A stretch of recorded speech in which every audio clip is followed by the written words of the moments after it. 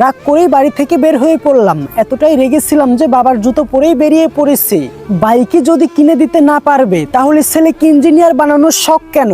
হাঁটতে হাঁটতে হঠাৎই মনে পড়লো পায়ে খুবই ব্যথা করছে। জুতো খুলে দেখি একটা পিন উঠে আছে, পা দিয়ে কিছু রক্তও বেরিয়েছে। তবুও রাগের মাথায় না থেমে চলতেই থাকলাম। এবার পাটা ভিজা ভিজা লাগছে। দেখি পুরো রাস্তায় জল। পাটা তুলে দেখি জুতোর তলাটা একদম ক্ষয় হয়ে গেছে।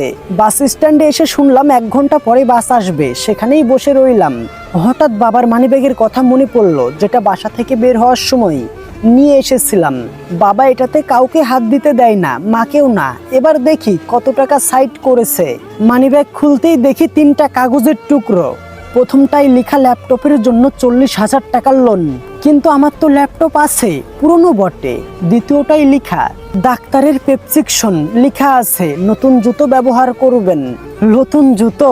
মা যখনই বাবাকে নতুন জুতো কেনার কথা বলতো, বাবা তখন মাকে বলতো, আরে এই জুতো তো আরো 6 মাস চলে যাবে।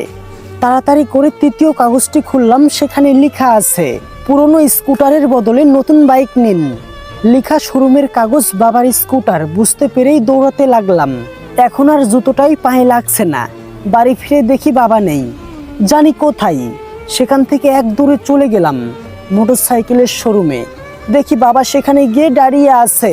আমি ছুটে গিয়ে বাবাকে জড়িয়ে ধরলাম। জড়িয়ে ধরে কান্না করতে লাগলাম। কান্না করতে করতে বাবার কাঁধটা পুরো ভিজিয়ে ফেললাম। বললাম, বাবা আমার নতুন বাইক চাই না, তুমি আগে তোমার এক জোড়া নতুন জুতো কিনো। আমি ইঞ্জিনিয়ার হব, তবে তোমাদের মতো করে। মা হলো এমন একটা জায়গা যেখানে আমাদের সমস্ত রাগ, দুঃখ, কষ্ট, অভিমান লুকিয়ে রাখতে পারি। আর বাবা হলো এমন একটা ক্রেডিট কার্ড যেটা দিয়ে আমরা পৃথিবীর সমস্ত সুখ কিনতে পারি। তাই বাবা মায়ের পাগল ছেলেদেরকে আজকে দেখতে চাই। তোমরা সকলেই ভিডিওটি শেয়ার করে দিবে হাজারো ছেলেদেরকে বোঝানোর জন্যে, তাদের জন্যে তাদের বাবা মা কতটা করে।